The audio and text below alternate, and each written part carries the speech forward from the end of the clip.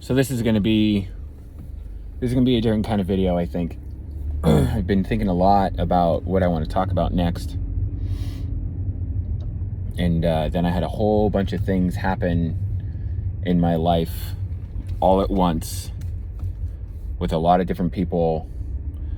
And then I had my mental health kind of take a little bit of a dip, which is normal. It happens. I just don't like how I behaved, and I don't like how I treated somebody in particular.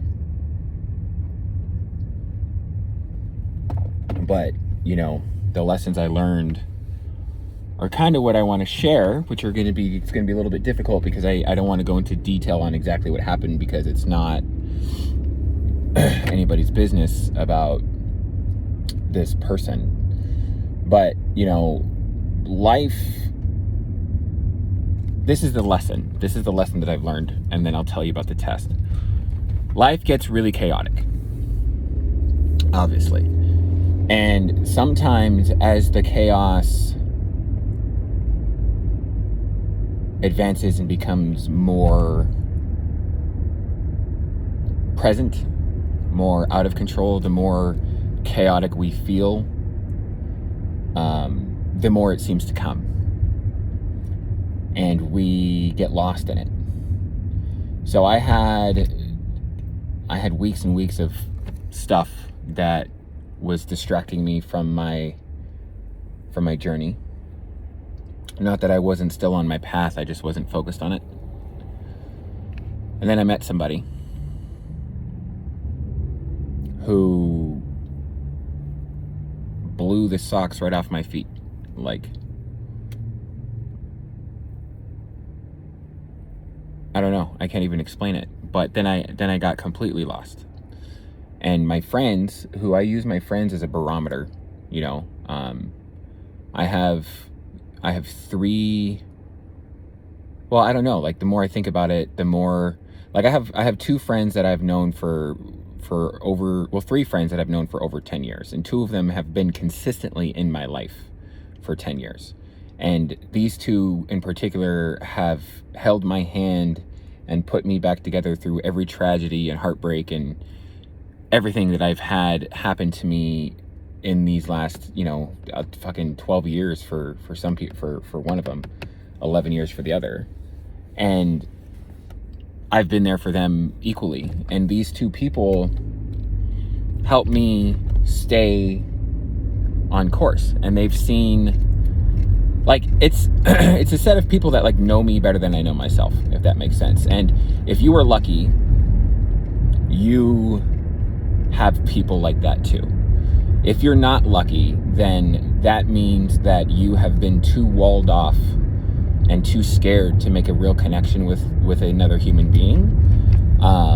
And you have no idea what you're missing. I cannot express to you the love and the mutual benefit that I get from the people that I have in my life, the people that I choose to be in my inner circle. And I personally learned to not be afraid of being vulnerable. It shows more strength of character to be vulnerable with somebody and tell them kind of how you're really feeling than to run away from it. Because it's fucking terrifying to tell somebody how you really feel about something. It's terrifying to tell somebody what's really going on, because what if you expose the real you and you're rejected? And nobody wants to be rejected. I believe that your life is a series of side effects of all the choices. Wait, let me rephrase that. Your life is the consequence of the series of choices you have made throughout it. Everything good and bad in your life is essentially your fault. And you have a responsibility to yourself to make those changes. And when we get lost in our maladaptive behaviors and our fears and our anxiety and get more into like it's hard to explain. As we get lost in our fears and our anxieties, we move away from the control that we have over our actions. And a lot of people run from their emotions. I do too sometimes. I've had it rough these last couple a little bit, and I haven't really slept in a week. I haven't slept since I met this girl. And the reason why I haven't slept is because I'm a hopeless romantic. And I had stayed up just thinking and thinking and thinking and thinking and thinking and thinking and thinking and thinking and thinking and thinking. And the less sleep I got, the more anxiety I would feel, which would cause me to think more, which would cause me to sleep less, which would cause me to have more anxiety. And the mistake I think I made with her, now mind you, we've known each other for a week, was I didn't communicate with her the way that I should have. However, she wouldn't have allowed me to anyway because of how she was. She would shut down. She shut down. Anytime it came to emotional stuff, she shut down. And I'm really in tune with my emotions, and I know how to articulate them very well. I've learned. It took me a long time to learn. And she was one that would run away. And I was torn between this girl digs me and she's terrified, so she's treating me a certain way. And this girl doesn't care about me the way that I want her to, so she's treating me this way. The what ifs of how she feels, I didn't know because she never communicated to me. At least not in a way that I understood. All I know is how she treated me. And I didn't like the way that I was being treated. I didn't like it. And it would cause my anxiety to flare to the point where I was having a hard time thinking. And, you know, she's not perfect, and I don't want her to be perfect. I don't want anybody to be perfect, because the more flaws that you have, the more issues that you have, the more insecurities that you have, the more perfectly you are in your own puzzle piece, you know, like, and that was one of the things that I told her that I think shocked her, was like, I don't want you to change. I just want you to be you. And that's who I want to get to know. And every time I hung out with her, she was a different person, which is frightening. It's a frightening thing. And the mistake that I made was I was in an emotional state, and I cut it quits.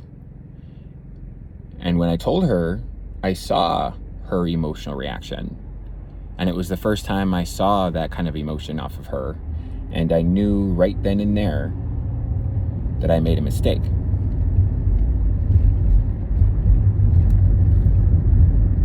Because you're not going to have an emotional reaction the way that she did if you don't care about the person that basically just said, I don't want to communicate with you anymore. However, I still didn't like the way she treated me. That's a train, by the way. And had I sat her down and discussed this with her, I have zero confidence that it would have actually changed. Now, I'm going to back it up. And the issue wasn't even her. The issue was me. And mind you, I'm sharing all of this just so somebody out there can possibly see this and somebody out there can relate. Because I know that me having feelings and having emotions and going through things, I'm not alone. I know somebody else out there is going through this, and I know they feel alone. That's why I do these videos. I'm not looking for some YouTube fame or anything like that, because that's just fucking ridiculous. But I find myself repeating the same concepts to people over and over and over again. So now I figured, fuck it, I'm going to put it on the internet and make an ass of myself, which is fine, because I'm perfectly confident in myself. So that's why I'm doing this. I'm not sitting here whining online about some girl. That's not what I'm doing. I'm trying to get somebody to understand, or somebody else to see that it may be going through something similar, that when somebody is introduced to you anybody. It doesn't matter if it's a romantic or a friend or a family member. If you cannot stay centered around the person, which I was unable to stay centered. I was centered with her the first day, and then afterwards it just rattled me more and more and more and more, because she played this cat and mouse game, which I'm not that person, you know. Like, if you treat me like you want to push me away, I'm going to let you push me away. That's what I'm going to do. I'm not going to fight you. I'm not going to fight you to be in your life. It's not what I'm going to do. And with her, I didn't know that she wanted me in her life until I said, okay, we're done. And hope to God she doesn't see this video, which she knows I have a YouTube channel, and, you know, whatever. If you're watching this, you know who you are, and I'm sorry that I hurt you. It's not what I wanted at all. I had a complete different path in my mind because I'm a stupid, hopeless romantic. But I learned a lesson here. You know, I learned a big lesson for myself. In the aspect of, you know, you can't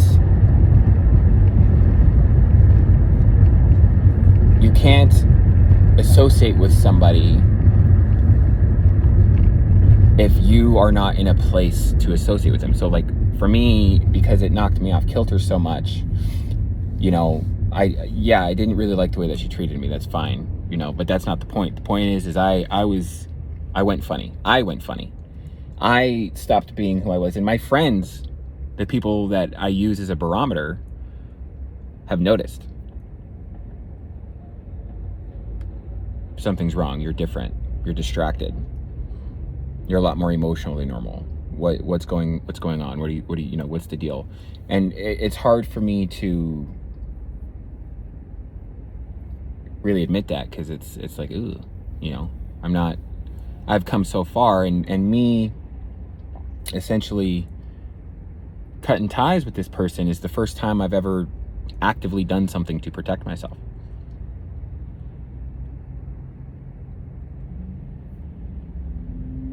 And it was a very hard decision. It still is. It's a hard thing. It's hard. And I know I just need some time to calm down, and who knows, I might feel differently in a couple of days, especially since it's right before Valentine's Day. But, like, you know, I want this person to be happy, and I don't think I can make her happy in the way that she needs. Because you can't really make anybody happy. It's their own responsibility. You can just stand next to them as they figure their own shit out, you know. Whether that's they have problems and that they need help with, you can't fix them, but you can stand there and help, but you can't do it, you know. They have to want to do it too. But one of the main lessons I learned here is that, like, my life is my decision, and if I'm not happy with something going on because of direct something, like somebody's treating me a certain way, or just because of me, you have to remove yourself, you know. Like, I did not like how I felt trying to get to know this person. I felt completely disregarded and completely dismissed. And it took me a while to understand that I was back into a place that I didn't want to be. Regardless of her intentions, regardless of if she liked me or not, regardless of anything, that's how I felt. And I don't like it when anybody makes me feel a way that I don't want to feel. And my behavior has been different. And one of the big things that I'm actually really, really, really thankful for is I came to this realization. So her and I first, you know, we started talking, and then, you know, we would text, and all of a sudden she wouldn't text me anymore. Like, we'd be in the middle of a conversation and then she just didn't text. And for whatever reason, I don't know what the fuck she's doing. She has a life. And, you know, it's not really normal for people to meet and then instant communication all the time. It's not normal. It's not a normal thing to consistently talk to people all the time, regardless of who they are. Like, if you have any single person that you talk to all the time, whether it's a relationship or a friend, whatever, that's not normal. That's not a normal thing. People have lives. People have things to do. They get distracted or whatever. So it's stupid to think, and it's wrong to think and expect and feel that somebody should have consistent text messages or consistent phone calls or consistent communication, especially when it's the second conversation you've ever had. So when we were texting that first 6 hours that she just didn't reply to me, I was like beside myself. I was freaking out with anxiety. And this is what people are really surprised with me, because they're like, you're so strong and you're so centered. It's like, yes, I am, but I still have feelings. And feeling is fine. It's acting on those feelings that isn't fine. So I just kind of sat there and I looked into myself and I was like, why am I feeling this way? I know I shouldn't have this I shouldn't have this emotion. I shouldn't have this emotion right now. This isn't normal.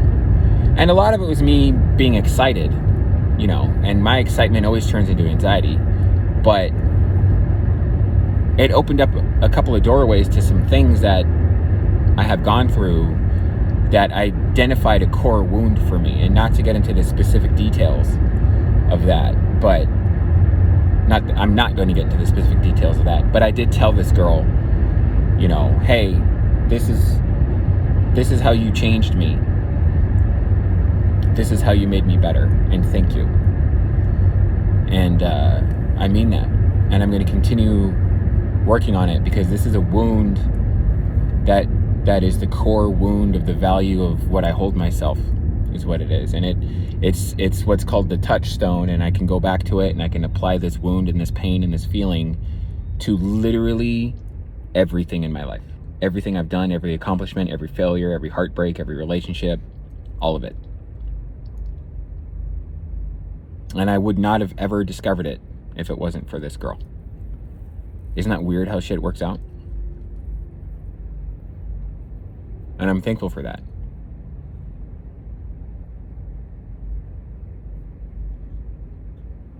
It's really interesting. It's interesting to be in a place where you're feeling pain,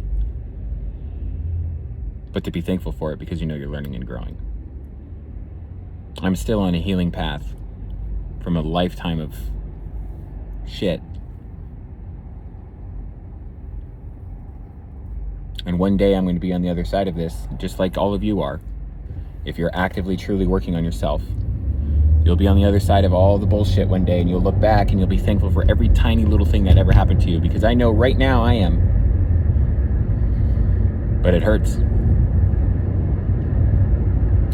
Anyway, I doubt she's going to see this, but if she does, if you do, my door's always open. You never know what might happen. But I know right now I gotta recenter. It's not good when your life doesn't revolve around yourself anymore. You gotta be the hero to your own story, you know? So, but you guys, make sure that you find 3 things today that you love, whether it's about yourself or somebody else or something about the world, and focus on those 3 things that you love. And remember that feeling that it gives you, so you can find other things that make you feel that way. And then eventually you'll learn that you can be surrounded by the things that you love, and you can be completely and utterly thankful for each and every one of them. Because when you move and shift to a life of gratitude, it makes the darkness just a little bit more bearable.